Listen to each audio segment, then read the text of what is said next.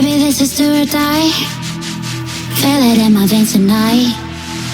Hello guys, welcome to my YouTube channel. Let's start the video after the PS4 version launched in 2018, followed by the PS5 remaster in 2020. Marvel's Spider-Man Remastered is finally coming to PC, developed by Insomniac Game and Nixxes Software. It's out on August 12th for Steam and the Epic Game Store. What can first time offer? Let's take a look at 15 things that you should know before buying. Story.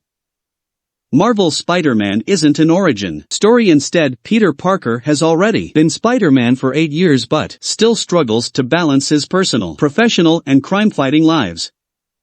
When a new threat in Mr. Negative emerges, Parker will need to make some tough choices to protect the city and the ones he loves. Also, since this is the remastered version, Ben Jordan's likeness has been used for Peter Parker instead of John Bubniak. Setting.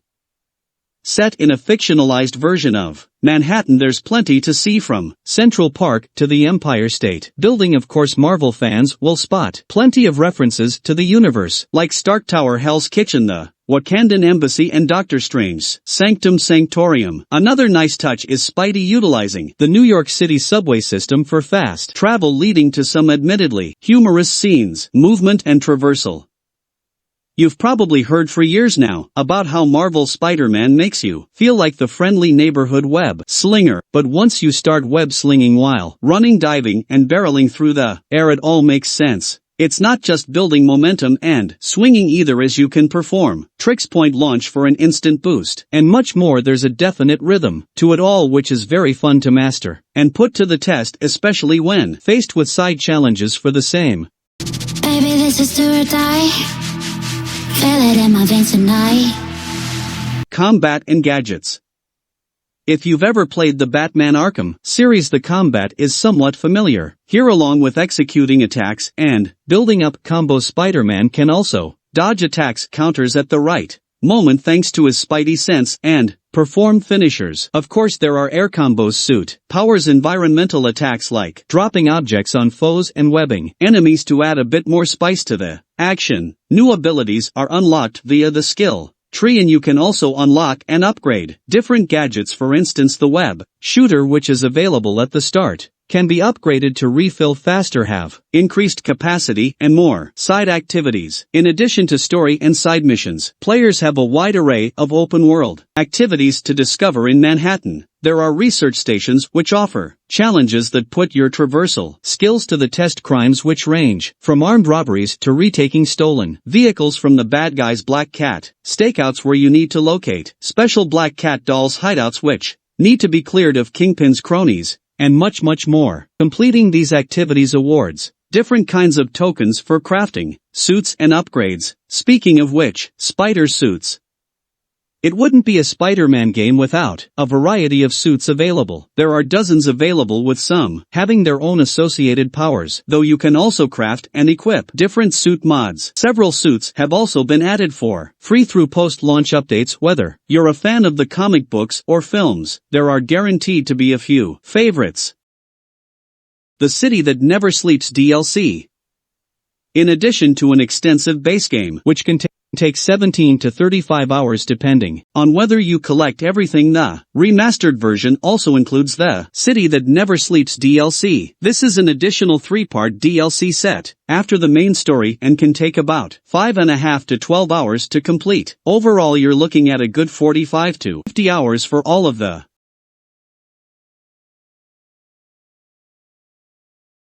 content. 4K and 60 frames per second.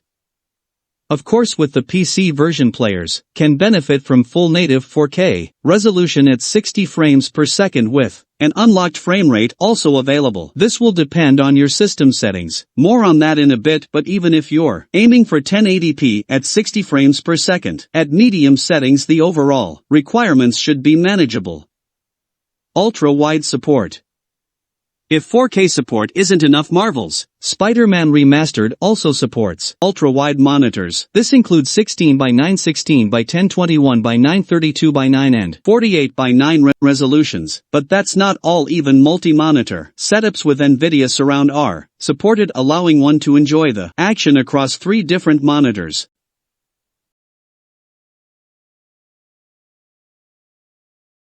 quality levels and settings.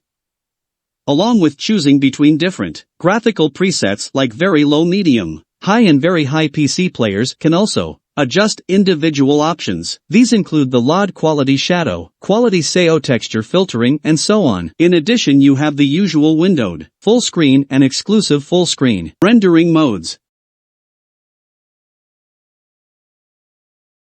Ray-traced reflections. One of the biggest selling points of the remaster is its ray tracing, and it's looking to be even better on PC. In addition to different graphic settings, the ray-traced reflections also have various quality levels. A new higher quality ray-traced mode has been touted by Insomniac, which will showcase even more city detail than before. As it stands, the remaster looks utterly stunning with ray tracing enabled on PS5, so it should be interesting to see if the PC version tops it. DualSense and mouse and keyboard support.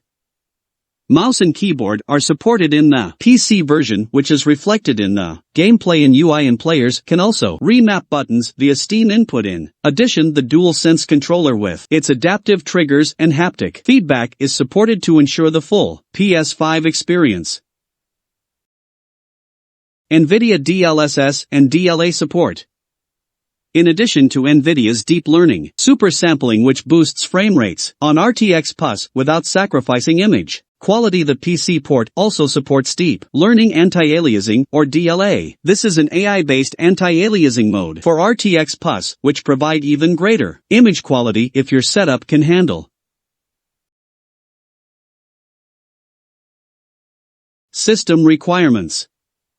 At long last, the moment of truth. First off, Windows 10 64-bit and 75GB installation space are mandatory for 720p 30 frames per second at very low settings. The very minimum of requirements: you'll need an Intel Core i3 4160 or equivalent AMD CPU, 8GB of RAM, and an NVIDIA GeForce GTX 950 or equivalent AMD GPU. Those without an SSD rejoice, a regular hard disk drive will suffice. For 1080 60 frames per second at medium settings, a Core i5 4670 or AMD Ryzen 5 1600 GTX 1066GB or Radeon RX 580 16GB of RAM and an SSD are required. For 4K 60 frames per second at very high settings, a Core i5 11400 or Ryzen 5 3600 in RTX 3070 or Radeon RX 6800 XT with 16GB of RAM required, along with an SSD. 1440p 60 frames per second or 4K 30 frames per second at high settings. With ray tracing set to high, you'll need a Core i5 11600K or Ryzen 7 3700X and RTX 3070 or Radeon RX 6900 XT and 16GB of RAM along with an SSD. Finally, for 4K 60 frames per second at high settings, with ray tracing set to very high, a Core i7 12700K or Ryzen 9 5900X with the 32GB of RAM and RTX 3080 or Radeon RTX 6950 XT and an SSD are needed. Pre-order bonuses. Those who pre-purchase Marvel Spider-Man Remastered can net some pretty cool bonuses early on in the game, along with immediate access to 3 suits. You also get the Spider Drone gadget, which is great for stunning foes, and 5 skill points for an early start on unlocking abilities. All of this content is accessible